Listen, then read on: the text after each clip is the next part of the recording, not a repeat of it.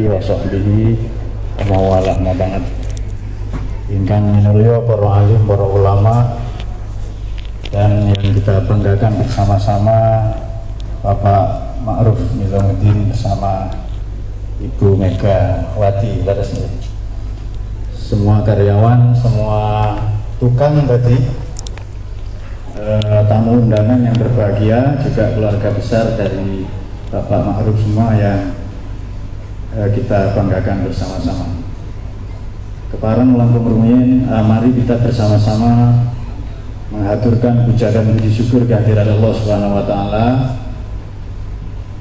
Oleh karena kita sudah menyaksikan bersama-sama ulang tahun sewindu PT Grand Zamzam Indonesia ini membangun Lumajang, berkontribusi dalam perekonomian dan kesejahteraan masyarakat. Alhamdulillah. Mungkin perlu saya sampaikan, di sana banyak keluarga besar, guru-guru saya juga, Bapak Samsul, kemudian Bapak Komar, keluarga besar dari teman-teman pondok saya semua dari Pondok Nurul Jadid ya. Saya ingin sampaikan juga bahwa Bapak Ma'ruf ini lama sekali tidak ketemu saya. Beliau teman saya mondok sekamar itu. Bahkan agak sering kita bully gitu Pak ya, sering kita ejek, sering kita ejek itu. Saya tidak tahu tiba-tiba bentuknya sudah seperti sekarang ini dan luar biasa. Baik, sekali lagi saya mengucapkan selamat kepada PT Grand Zamzam Indonesia yang sudah 8 tahun bersama-sama instansi terkait membangun kota Kabupaten Lumajang ini, dan bersama-sama pula mensejahterakan banyak pihak. Nolong tadi para jomblo katanya ya. Ini semoga yang jomblo barokahnya ulang tahun ini cepat selesai jomblonya. Sholawat wa salam, amin. Yang punya utang juga semoga cepat selesai utangnya. Kalau tidak bisa bayar, semoga yang diutangi lupa.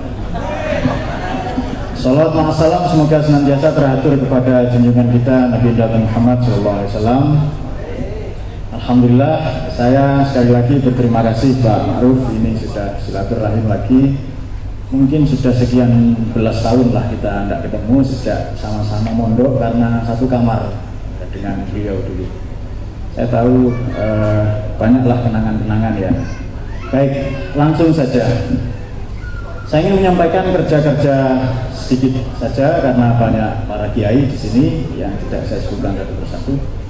Kerja-kerja positif, kerja-kerja produktif di dalam Al-Quran. Karena saya mengasuh kajian tafsir Maudhu'i ya di salah satu kanal yang saya kira semua tahu semua, yakni NU Online ya. Disiarkan langsung di 194 negara, ditonton 1,7 juta manusia semua kayaknya itu. Saya yakin banyak yang jomblo. Baik, kerja di dalam Al-Quran itu diulang sebanyak 360 kali. Kemudian kebaikan hasan itu di Quran diulang sebanyak 194 kali. Tapi gagal di Quran itu hanya diulang 5 kali. Saya ulangi, kerja 360 kali, kerja yang kebaikan, kerja yang produktif itu 194 kali, gagal hanya 5 kali. Kita mulai dari atau apa kriteria mangel Pak ya? Ya pokoknya itulah itu. Syarat-syarat kriteria kualifikasi pekerja terbaik. Tadi ada nominasinya, ada pemenang-pemenangnya. Saya ucapkan selamat ya. Karena sudah dapat emas tadi kayaknya. Meskipun yang paling berbahagia adalah Mbak Megawati karena punya emas, namanya Mas siapa? Mas Ma'ruf ya. Baik, kualifikasi pekerja terbaik. Ini ada cerita mengenai dua orang perempuan gembala kambing ya. Beliau adalah putri dari Nabi Syuaib alaihissalam, menggembalakan kambing di satu sumur itu. Tiba saatnya ngasih minum gembala-gembala binatang-binatang itu, akan tetapi kemudian dihadang oleh mereka-mereka yang tinggi, besar, berbadan kuat dan lain-lain. Maka tampillah seorang pemuda waktu itu, Mas Musa namanya alaihissalam, mungkin Musa Lumajang juga ada ya, untuk membantu dua orang ini. Kelak satu orang perempuan namanya Zipporah, dalam Alkitab, dalam Old Testament maupun New Testament, dalam Quran disebut Sofuro ya, dalam buku-buku sejarah, menyampaikan kepada ayahandanya yakni Nabi Syuaib alaihissalam bahwa orang terbaik yang kau pilih untuk bekerja kepada kami, inna khayra man ista'jarta, Al-Qasas 23, al-qawiyyul amin, adalah mereka yang kuat. Ini bukan Jokowi Maruf Amin, bukan ya. Inna khayra man ista'jarta al-qawiyyul amin, orang yang kuat, visioner, jaringannya kuat. Ini banyak tadi dengan mitra-mitra dari perbankan dan sebagainya. Dan al-amin, punya integritas moral. Ini kriteria pekerja terbaik, kuat dan punya integritas moral. Insya Allah tadi yang dapat penghargaan itu memenuhi kualifikasi itu. Kok enggak ada yang amin ya? Ini saya cerita jomblo amin semua. Baik, langsung saja kita menuju kepada kerja-kerja produktif. Tadi Hasan itu diulang di Quran 194 kali. Bahkan Nabi kita itu distempel, dikasih gelar dengan uswatun hasanah. Hasan dengan berbagai perubahan bentuknya, Hasan, Ahsan, Hasanah, Husnayain, Husna, itu ada 194 kali. Yang pertama adalah mereka yang kalau ini judul yang mau saya sampaikan baru nemu ini, baru kepikiran judulnya, kerjakan doamu, doakan kerjamu, itu baru nemu barusan ini. Karena memang dari tadi belum ngopi, jadi belum nemu ide-ide. Allahumma sholli ala sayyidina Muhammad. Baik. Pertama, mereka, ini cerita tentang Nabi Zakaria, yang kalau berdoa kepada Tuhan itu doanya biqabulin hasanin, akan dikabulkan dengan kanthi kinabulan ingkang sae. Itu dikabulkan dengan cara yang baik dan yang terbaik. Jadi kita hanya berdoa, tapi intinya itu. Kemudian kalau mulai menanam, baik menanam tanaman maupun menanam cor, besi-besi fondasi itu ya, itu tanaman itu di Quran disebut nabatan hasanah. Kemudian setelah nanti menjadi properti, bahasa Quran adalah mata'an hasanah. Kalau ada janji itu disebut wa'dan hasanah. Kemudian berikutnya setelah datang rezeki itu di Quran disebut rizqon hasanah. Agak ilmiah ya. Ya sekali-kali dari kita buka Quran lah ini. Jadi nabatan hasanan, tanaman yang baik, mata'an hasanan, properti yang baik, wa'dan hasanan, janji yang baik. Bahkan kalau datang musibah nanti balaan hasanan, waliyubliyal mu'minina minhu balaan hasanan. Ini namanya teori korelasi di dalam Al-Quran, tanasub ya. Tokohnya yang paling populer terkenal adalah Imam Al-Bukhari, bukunya Nazmud Duror fi tanasubi ayati wassuwar. Baik, kalau dapat rizki dia rizqon hasanah, kalau diuji oleh Tuhan balaan hasanah. Walhasil semuanya menjadi berkualitas, semuanya menjadi baik. Saya kira sudah dimulai tadi dengan doa para ulama, para kiai yang sangat istimewa itu. Itu konsepnya. Sekarang parameternya, pola ukurnya, keberhasilan dan kegagalan itu apa? Baik, setiap bercerita tentang kegagalan, Quran itu menggunakan beberapa term, beberapa istilah. Misalnya khosirin, muflisin, khoibin. Muflis ini bangkrut. Kalau khoibin gagal, kemudian khosirin, muflisin, khosirin tadi rugi, muflisin bangkrut, khoibin gagal atau defisit. Saya akan menyampaikan satu saja, kalau kebanyakan nanti menjadi tidak menarik ya. Saya akan mengambil satu kosakata, satu term di dalam Quran, khoba, maknanya gagal. Apa tadi maknanya gagal? Supaya kita tahu ukuran keberhasilan kita dalam bekerja, dalam bermasyarakat, mungkin dalam berumah tangga ya. Yang jomblo juga tidak apa-apa.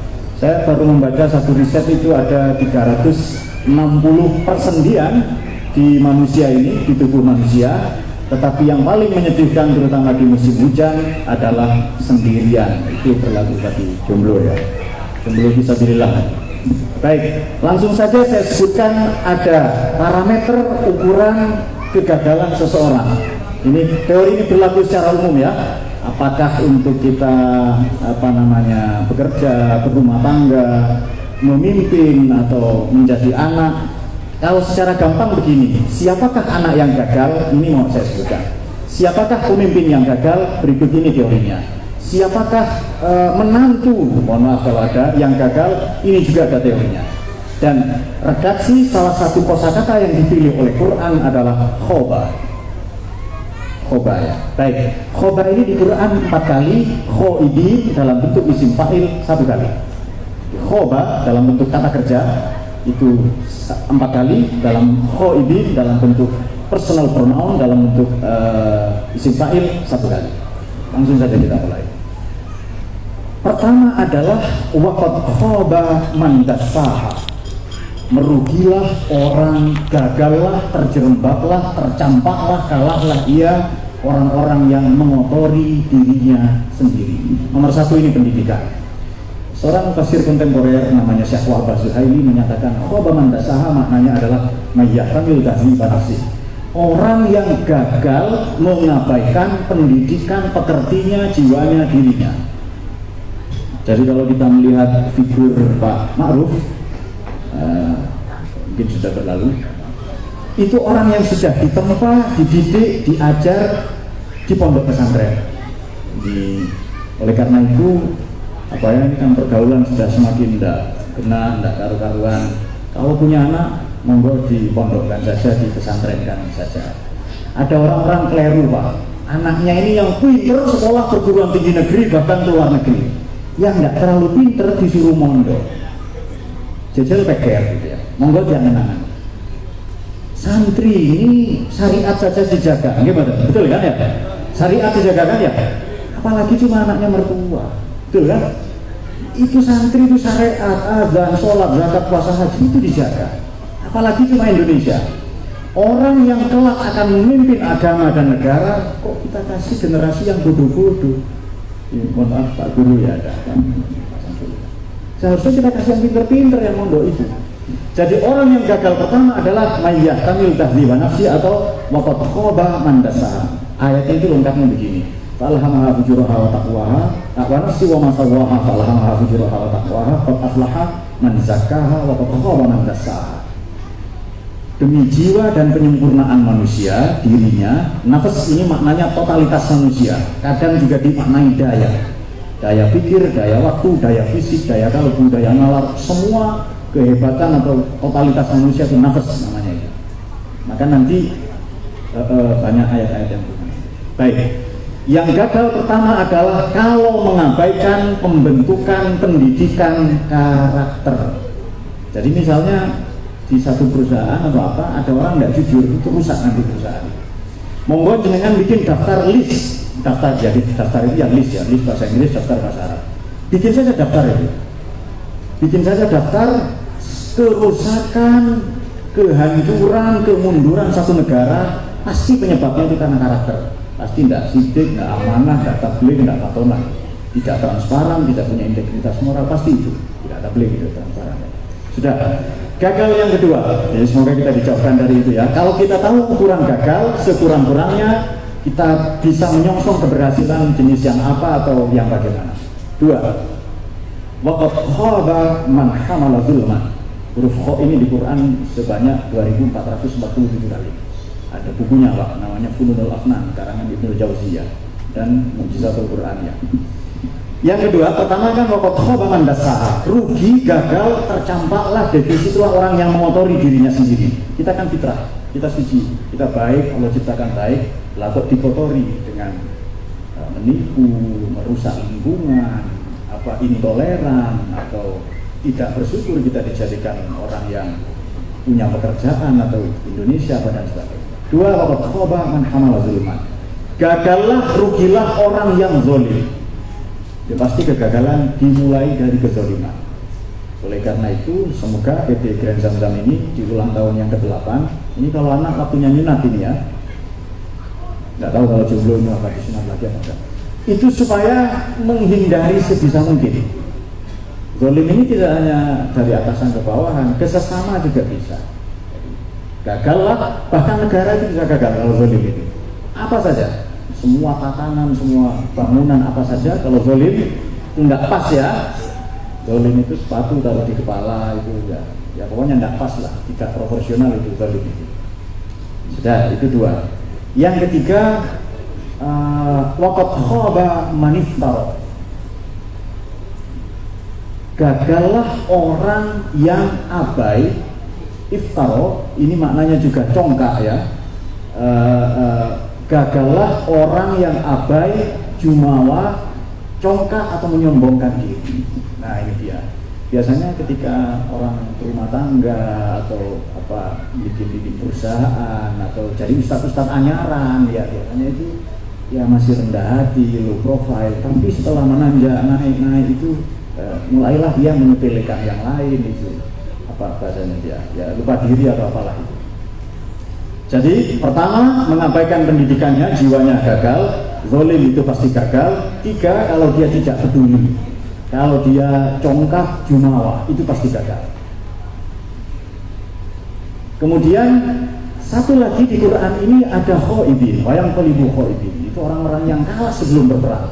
Saya kira kalau Pak Ma'ruf dulu dihantam dengan berbagai persoalan, kendala, kemudian mundur, kalah sebelum berperang, saya kira Grand Zamzam tidak akan berdiri atau berusia sudah 8 tahun ini.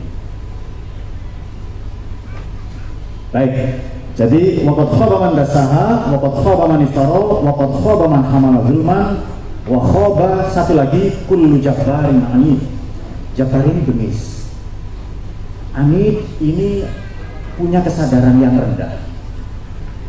Jadi orang yang bengis, semena-mena, mentang-mentang dia pemimpin, berkuasa, mentang-mentang suami, mentang-mentang lebih tua misalnya, mentang-mentang lebih kaya. Nah, hal-hal seperti ini juga akan memicu, akan berujung kepada kegagalan. Baik, ini teori-teori kegagalannya. Nah, sebelum saya sudahi, jadi simpulannya apa? Ini supaya oleh-olehnya bisa dibawa pulang semua, karena ini apa? Kita seni-seni saja lah ini ya, bukan tausiah, tazkirah, bukan cerita saja. Oleh karena itu, kerja-kerja produktif, kerja-kerja profesional itu diinisiasi, ditabalkan, dilegitimasi dalam Al-Quran. Bahkan Allah itu bukan pengangguran, betul ya? Ada bukunya Jack Canfield, itu menarik bahwa 90% orang itu tidak puas dengan pekerjaannya. Apa kata orang Jawa itu salam sinawang. Tani ingin jadi guru, guru ingin jadi ustadz, penjual jamu ingin jadi ustadz. Akhirnya banyak kan di YouTube atau apa itu yang ustadz gitu yang tidak jelas lah itu, karena mereka tidak tahu diri tadi apa manifestaro. Oke. Misalnya ada di surah Isra ya, di surah Isra. Wa qul i'malu ala makanatikum. Atau kul kullu ya'mal ala syakilatihi rabbukum a'lamu biman huwa ahda sabila. Ayo kamu kerja sesuai profesi. Ayo kamu kerja sesuai bakat, keterampilan, kemampuan atau profesionalitas yang kamu punya. Menabi tak paham nih, kau cek mon renya durah, lakoni gitu, kenengin. Nah itu lebih gampang itu. Apa yang menjadi profesi kita itu seharusnya. Nah belakangan ini kekacauan karut-marut itu karena ada orang A, bidangnya A mengerjakan B, ada bidangnya C mengerjakan X, Y, Z atau tidak sesuai dengan profesi tadi itu. Dan ini kita diingatkan ya oleh Kanjeng Nabi itu, apapun kalau diserahkan kepada yang bukan ahli, pinta diri sah. Idza wusida, kalau diserahkan satu perkara urusan kepada yang paling expert, paling ahli, maka dimulailah kehancuran tadi. Baik. Oleh karena itu membangun ya, karena saya juga membangun di sana, tapi tidak seperti ini Pak Ma'ruf, saya membangun kecil-kecil saja, membangun pondok itu. Ini kan membangun yang keren lah ini. Oleh karena itu prinsip membangun di dalam Al-Quran, prinsip membangun tadi ya, membangun, bekerja, profesionalitas, bekerja, kita teladani kisah-kisah tadi itu. Jadi kerja profesional itu al-qawiyul amin, inna khairu man ista'jarta al-qawiyul amin. Dia yang kuat jaringannya, ekonominya, leadershipnya, kepemimpinannya, dan punya integritas moral. Saya yakin tadi yang sudah dapat penghargaan tadi sudah sesuai dengan kualifikasi. Kemudian Hasan tadi ini simpulannya. Kalau ini kan hubungan dengan kerja, kemitraan supaya produktivitas itu naik.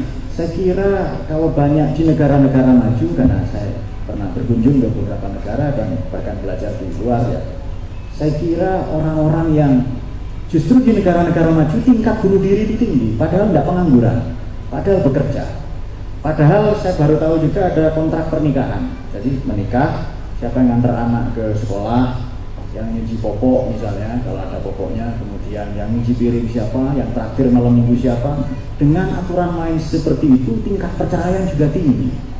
Kalau di Malang ini ada 3.000 janda. Saya mau bilang siapa ya?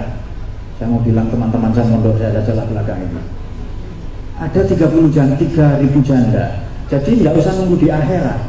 Kalau di akhirat itu jannatun na'im, di bumi sudah ada jandatun na'im. Itu patut dikelola ya. Nanti nggak apa-apa untuk disanduni atau apa. Kalau perlu dinikahi supaya yang punya yatim itu karena tujuannya masuk yatim. Baik. Ternyata mereka tidak bersyukur. Makanya di Quran itu kita akan dikecam bahwa innal insana li rabbih lakanud. Kanut ini maknanya tandus. Disiram air sebanyak apapun itu tidak ada terima kasihnya, tidak ada. Nah, oleh karena itu bangunan-bangunan apapun yang kita rancang, bangun bangsa, negara, masyarakat, rumah tangga, apapun saja, rambu-rambu tadi itu patut kita abaikan. Dimulai dari wa'dan hasanah, janji yang baik. Bahkan di Quran itu ada qardhan hasanah, utangan yang baik. Man dzalladzi yuqridullaha qardhan hasanan fayudha'ifu lahu. Jadi kita ini ngasih utangan yang baik. Saya yakin orang tua kita, guru-guru kita ngasih utangan kepada Allah dalam tanda kutip ya, dan Allah merasa perlu membantu. Saya kira sejak dari Sidoarjo dulu Pak Ma'ruf ya, pasti banyak ditolong orang apa. Itu karena orang tuanya, gurunya ngasih utangan nggak loh itu. Tanda kutip ya, qardhan hasanah. Kalau berjanji dia wa'dan hasanah. Kalau menanam dia tanamannya nabatan hasanah. Membangun fondasi, kalau sudah berdiri bangunan menjadi properti yang baik, maka hasanah. Ini Quran semua. Bahkan kalau berdoa biqabulin hasanin, itu harapan kita semua yang sudah kita doakan bersama tadi. Harapan kita semoga PT Grand Zamzam ini banyak berkiprah ya, tidak hanya kepada di rumah, tapi ada seperti Citraland ya. Saya amin saja, itu Citraland ini saya tidak tahu. Saya tahunya Citra kalau pijet itu loh pakai apa, lotion atau apa. Ya itulah pokoknya. Saya kira ini yang bisa saya sampaikan. Saya kira ini satu lagi dengan apa, melibatkan Allah dalam segala urusan, hal-hal yang berat itu akan terasa ringan. Dengan melibatkan Allah dalam urusan-urusan kita, bahkan sebelum kita berbuat, bahkan ketika berniat itu, maka hal-hal yang tadinya berat itu akan terasa ringan. Semoga ini singkat yang bisa kita sampaikan. Ini semakin produktif, berjaya, banyak bermanfaat untuk orang banyak, karena itu harapan kita semua. Dan kepada Bapak Ma'ruf dan Ibu Megawati, semoga sakinah mawaddah warahmah, damai, banyak respon hasanah, dilimpahi kemurahan rezeki dan lain. Dan pada tukang-tukang semua, karena tanpa tukang apalah bangunan ya kan. Allah fikum wa yafiqana ila sallam ya masallim Allahumma fiq ila